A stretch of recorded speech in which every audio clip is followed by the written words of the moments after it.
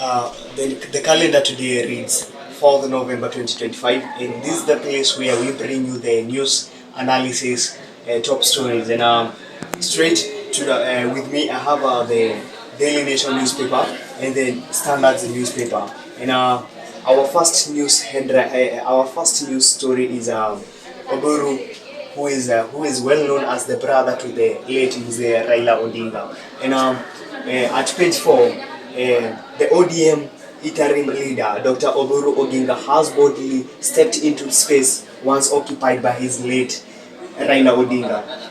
Speaking on the 2027 general election, he declares that ODM party will not settle for anything less than deputy president seat.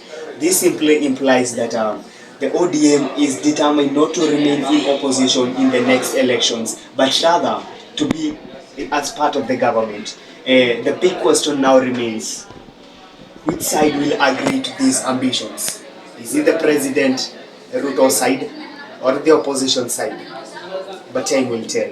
So in my new standards, that is the Standard Nation, we bring in the story of the neighboring country, that is the Tanzania, and whereby we know that Samia Suluhu, who is now the new sworn-in president, the second term, that is, and after she got sworn in, the country erupted into war, and so the Tanzania faced riots, deaths, and widespread of destructions of properties. This comes after President Samia Suluhu gets sworn into